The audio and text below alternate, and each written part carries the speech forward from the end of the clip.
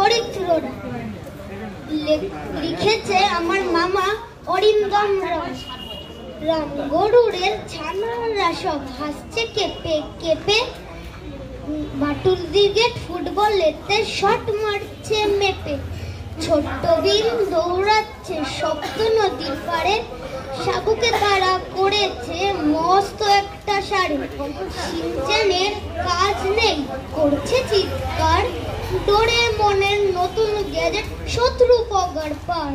নন্টে ফন্টে দুষ্টু খুব করছে না পড়াশোনা। নবিতা কাজে বড় চুড়েছে বায়না।